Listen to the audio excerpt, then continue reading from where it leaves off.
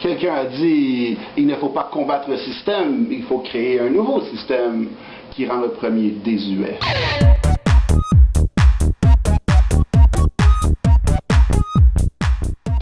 Donc on est pris dans un système, je pense qu'on peut s'entendre pour dire que c'est un système qui est très négatif pour nous, qui est destructeur.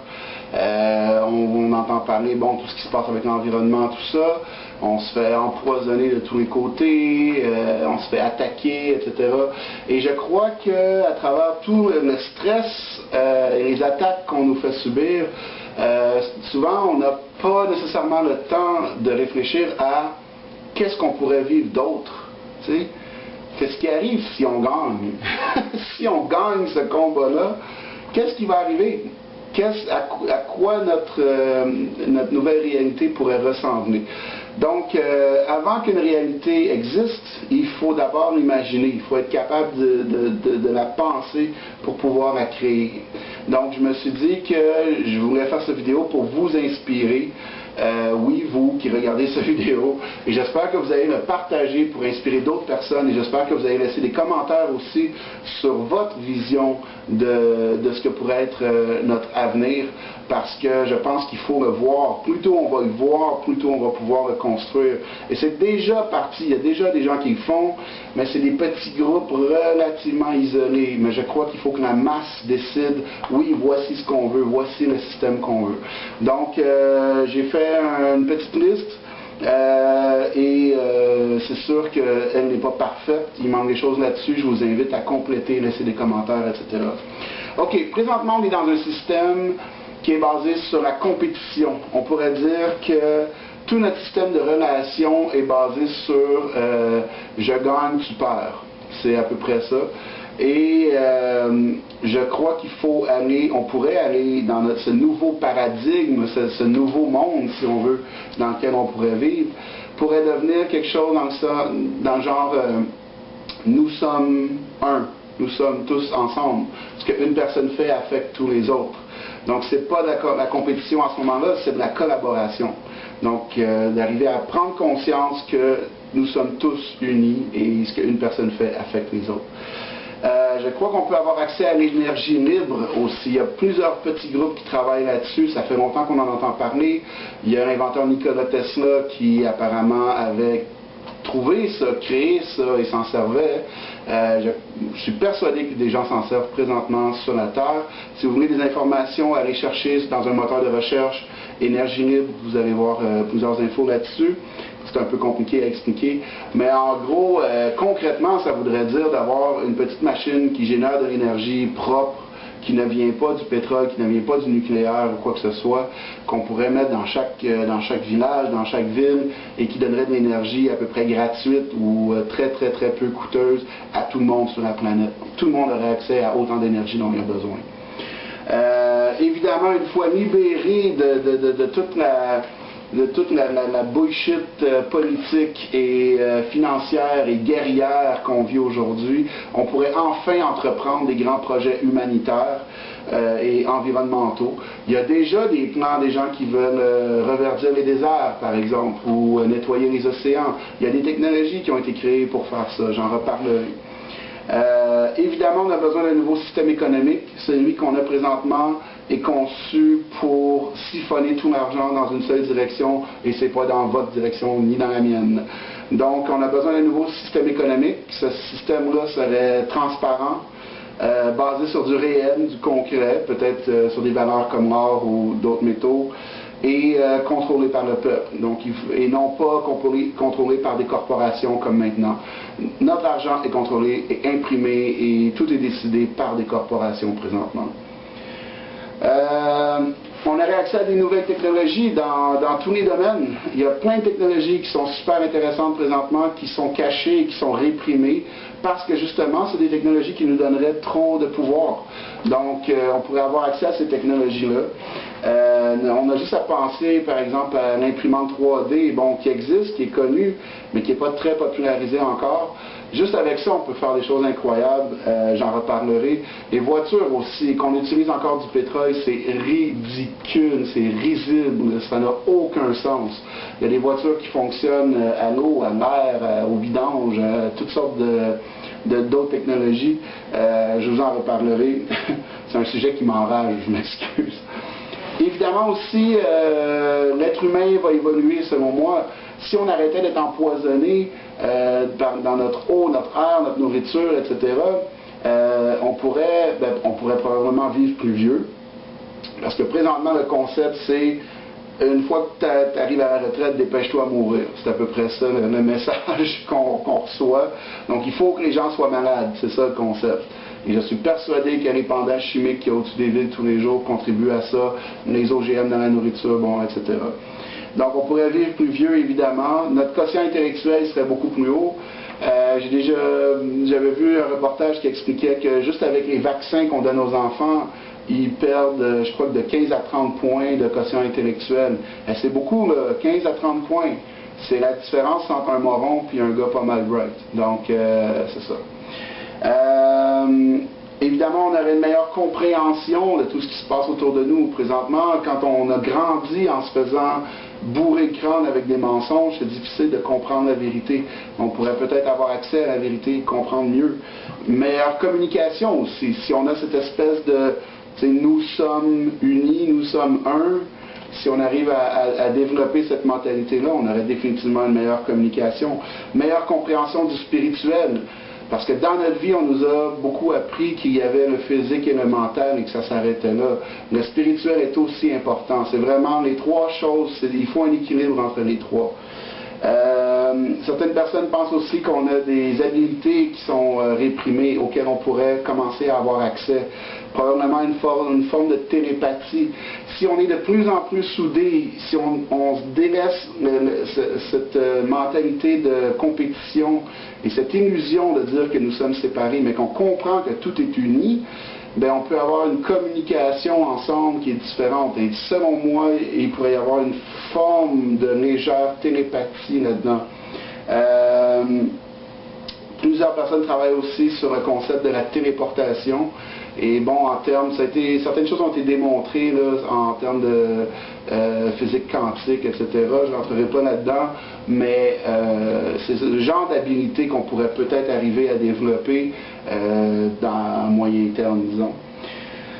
Évidemment, la fin de la corruption. Peut-être que vous croyez que c'est pas possible. Ben non, il y aura toujours des idiots qui vont essayer d'en voir plus que d'autres et tout ça. Encore une fois, si on arrivait à faire un gros coup, à mettre les principaux criminels en prison et bâtir un monde qui n'est pas à la base construit de façon corrompue, peut-être qu'il n'y aurait pas de place pour la corruption. Si tout le monde a assez pour vivre, est-ce que vraiment les criminels vont essayer d'en avoir toujours plus? Moi, j'ai des doutes là-dessus. Présentement, on est encouragé à faire ça. Mais si on bâtissait un monde qui est basé sur quelque chose de vrai, d'honnête, je ne suis pas sûr qu'il y ait autant de criminalité, j'en doute beaucoup. Ensuite, notre vraie histoire pourrait être révélée. Parce que présentement, il y a toutes sortes de théories sur des anciennes civilisations, même des trucs d'extraterrestres, etc.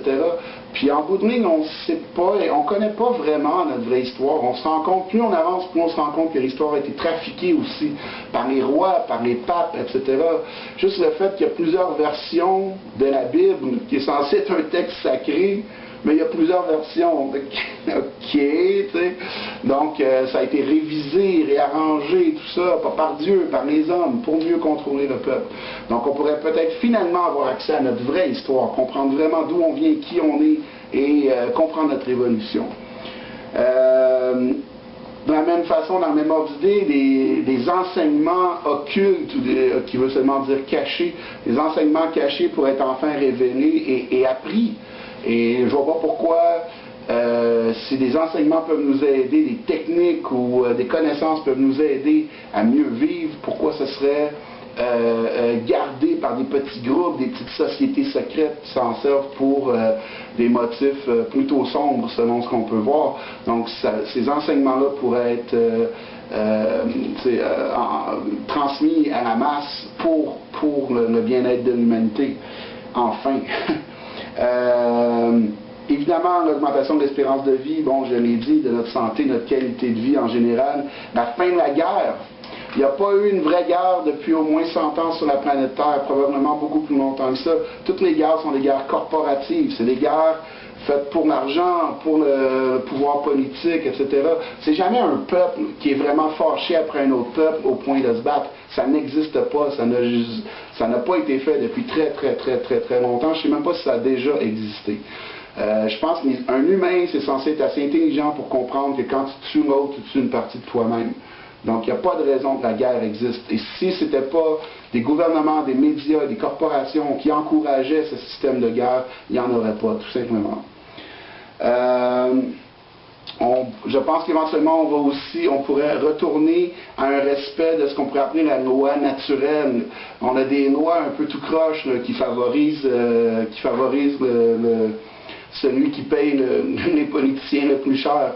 Mais on reviendrait à des vraies valeurs, une valeur de ce qu'on pourrait appeler la loi naturelle, c'est-à-dire une loi juste basée sur des règles très simples, du genre « fais pas aux autres ce qu'on veut pas qu'on te fasse ». On a compliqué les choses beaucoup de nos jours. On pourrait revenir à des choses beaucoup plus simples. Ceux qui sont intéressés par le concept de la loi naturelle, je vous invite à rechercher Mark Passio, P-A-S-S-I-O, Mark Passio, qui est un conférencier qui parlait beaucoup là-dessus, qui est extrêmement intelligent. Si vous aimez ce que je fais, écoutez ce que lui fait, c'est 100 fois mieux.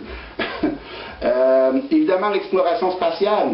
Moi, je trouve ça complètement débile que, bon, la version officielle, c'est qu'on a envoyé une petite fusée sur la Lune, puis on n'a pas fait grand-chose après. Je vois pas pourquoi on s'empêcherait de faire beaucoup plus. On a des technologies pour le faire. Il s'agit qu'il y ait une volonté, il s'agit que ça ne soit pas tout fait en cachette. Mais pourquoi les humains n'iraient pas explorer l'espace, découvrir où on vit et en paix, espérons. Dans le même ordre d'idée, certaines personnes pensent qu'il pourrait y avoir aussi un dévoilement d'espèces extraterrestres avec lesquelles on est peut-être déjà en contact. Je ne veux pas trop m'étendre là-dessus. J'ai déjà dit que donner du pouvoir à la question extraterrestre, c'est un peu enlever notre propre pouvoir. Parce que c'est soit les voir comme des sauveurs ou comme des agresseurs contre qui on ne peut rien parce qu'ils sont trop puissants. Donc je pense qu'il faut garder notre pouvoir, mais rester l'esprit ouvert parce qu'il y a des fortes chances qu'il y ait d'autres civilisations. Et beaucoup de gens font des témoignages disant qu'ils ont vu, qu'ils ont rencontré, qu'il y a des interactions, etc. Donc il faudrait garder l'esprit ouvert quand même. Évidemment, la fin de l'esclavage sur Terre, je veux dire, c'est une réalité de nos jours. On vit en esclave, on fait des choses parce qu'on n'a pas le choix, parce qu'on nous y oblige. Ce serait la fin, ce serait la vraie liberté. Les humains connaîtraient pour la première fois de leur existence la vraie liberté, qui vient aussi avec la vraie responsabilité. C'est peut-être ça qui fait peur aux gens. La liberté fait peur quand on se rend compte ce que ça implique. Aussi, je ne sais pas s'il resterait des pays dans notre nouveau monde, dans notre nouvel ordre mondial positif, si on veut. Mais selon moi, on reviendrait à des vrais... S'il y avait des pays, ce seraient des vraies nations souveraines et non pas une espèce de corporation qui chapeaute une terre, comme c'est le cas présentement. Les États-Unis ne sont pas un vrai pays, le Canada non plus, c'est des corporations qui sont par-dessus une terre, mais ce n'est pas des vraies républiques. Vous pouvez faire des recherches là-dessus, c'est un peu compliqué comme sujet, mais en gros, tout est corporatisé, si c'est un mot. Et évidemment, on s'y fait voler beaucoup d'argent, beaucoup d'argent. Et si on arrivait à attraper les criminels et les mettre en prison, est-ce qu'on pourrait récupérer cet argent? Ah! Moi, je crois qu'on pourrait vivre très bien sur la Terre. Je crois que l'idée de travailler 40 heures semaine juste pour avoir un toit sur la tête, c'est absurde, c'est complètement fou, débile en 2014, avec toutes les technologies qu'on a, les connaissances qu'on a, d'être obligé de faire ça, je crois que ça n'a aucun sens. Et je suis persuadé qu'on a beaucoup plus d'argent qu'on ne pense. C'est juste que cet argent-là s'en va tout au même endroit, il siphonné dans la même direction. Si cet argent-là était redistribué, on pourrait vivre complètement différemment, vraiment mieux, et utiliser les nouvelles technologies pour compenser les heures, etc. Donc voilà, je vous remercie beaucoup. Cette vidéo était un peu longue, mais je pense que c'était vraiment important, de développer une vision d'un avenir positif. Avant qu'un avenir comme ça existe, il faut pouvoir l'inventer, le penser, donc ça doit exister dans notre esprit avant de pouvoir le créer physiquement. J'espère que toutes les choses que j'ai nommées peuvent vous inspirer. Je vous invite définitivement à compléter l'information, laisser des commentaires, faire vos propres vidéos. Mais il faut commencer, il faut accélérer le processus vers la création d'un nouveau système pour que l'ancien, on n'en ait tout simplement plus besoin, pour qu'il soit désuet le plus vite possible. Donc je vous remercie beaucoup et nous allons gagner ce combat. Merci, bonne journée.